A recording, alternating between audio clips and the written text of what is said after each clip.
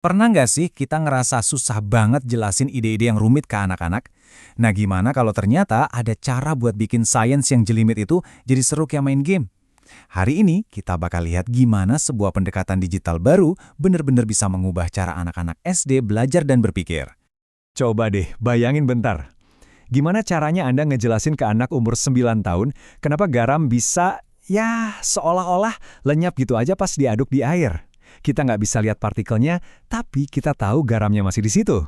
Nah, ini tantangan besar yang dihadapi guru-guru sains setiap harinya. Dan ya, ini dia nih masalah utamanya, konsep sains itu seringkali abstrak banget. Kita ngomongin soal molekul atau reaksi kimia, semua hal yang terjadi di level mikroskopis yang mustahil dilihat mata telanjang. Buku pelajaran sih bisa kasih gambar, tapi sering banget gagal bikin dunia tak kasat mata ini jadi nyata buat anak-anak. Kalau anak-anak nggak bisa nyambungin antara gambar molekul di buku sama dunia nyata di sekitar mereka, ya sains bisa terasa ngebosenin atau malah bikin pusing. Ini jadi teka-teki besar buat para pendidik. Gimana caranya kita menjembatani jurang antara teori sama kenyataan? Oke, untuk menjawab tantangan itu, para peneliti mulai ngelirik sebuah solusi digital.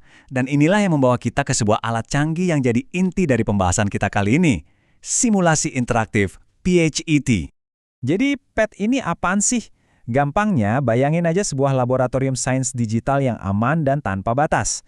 Di sini, siswa bisa main-main sama konsep sains, nyampurin bahan kimia, ngubah suhu, ngeliatin molekul gerak-gerak, semuanya di layar komputer.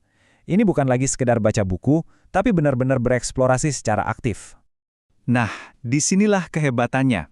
Lupakan gambar-gambar diam di buku. Dengan lab virtual ini, siswa benar-benar bisa ngeliat apa yang terjadi. Mereka bisa nambahin garam, ngaduk, naikin suhu, dan langsung nonton partikelnya bereaksi saat itu juga. Semuanya aman, interaktif, dan pastinya sangat visual. Tentu aja, ide sebagus apapun harus diuji dong.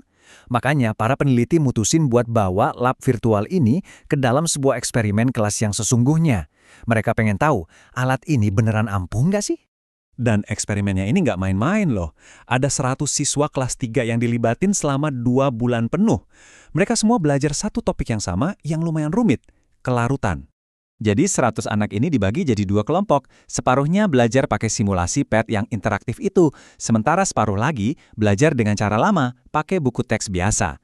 Gurunya sama, materinya sama persis, yang beda cuma satu, alat belajarnya. So, ini dia pertarungannya. Laboratorium virtual melawan buku teks. Apa yang terjadi pas keduanya diadu?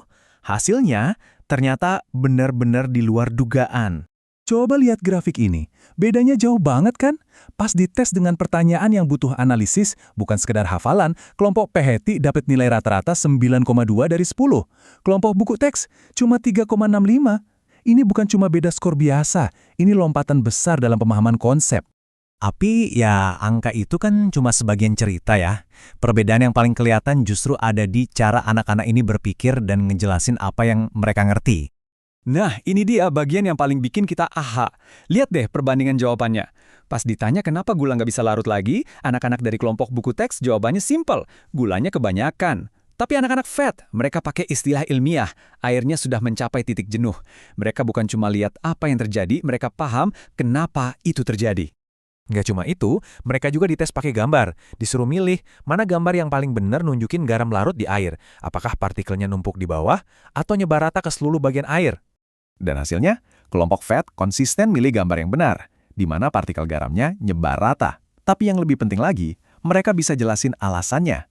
Mereka paham konsep itu karena mereka udah ngeliat sendiri, udah mainin sendiri di dalam simulasi. Jadi, kenapa sih simulasi ini bisa bikin perbedaan sebesar itu? Jawabannya ada di cara kita belajar. Para ahli pendidikan sering menggambarkannya kayak kita lagi menaiki sebuah tangga pembelajaran. Tangga ini, yang biasa dikenal sebagai taksonomi Bloom, intinya bilang kalau belajar itu bukan cuma soal ngapalin fakta. Itu baru anak tangga paling bawah. Pembelajaran yang sesungguhnya itu terjadi pas kita naik lebih tinggi, buat memahami, menerapkan, menganalisis, dan bahkan menciptakan sesuatu yang baru. Nah, disinilah kuncinya. Buku teks seringkali cuma bikin siswa mandek di anak tangga paling bawah, mengingat. Sebaliknya, simulasi interaktif ini seolah-olah ngedorong mereka naik ke puncak tangga. Mereka nggak lagi cuma ingat apa itu jenuh, Mereka menganalisis masalah kejenuhan dan menerapkan pengetahuannya buat cari solusi. Kesimpulan dari para penelitinya pun pas banget. Mereka nemuin kalau ini bukan cuma soal nilai tinggi, ini soal ngebangun kemampuan buat mikir kayak ilmuwan sejati dan bisa ngejelasin pemikiran itu dengan penuh percaya diri. Jadi, pelajaran pentingnya apa? Ternyata cara kita mengajar itu sama pentingnya dengan apa yang kita ajarkan. Memberi siswa kesempatan untuk bereksperimen dan menemukan sendiri, bukan cuma membaca, adalah kunci untuk mengubah hafalan jadi pemahaman yang mendalam. Ini jadi bikin kita mikir ya, kalau lab virtual yang sederhana aja bisa punya dampak sebesar ini, bakal kayak gimana ya kelas-kelas di masa depan? Mungkin masa depan pendidikan itu bukan cuma soal teknologi yang makin canggih, tapi tentang gimana kita bisa nyalain lagi rasa penasaran dan semangat eksplorasi di dalam diri setiap anak.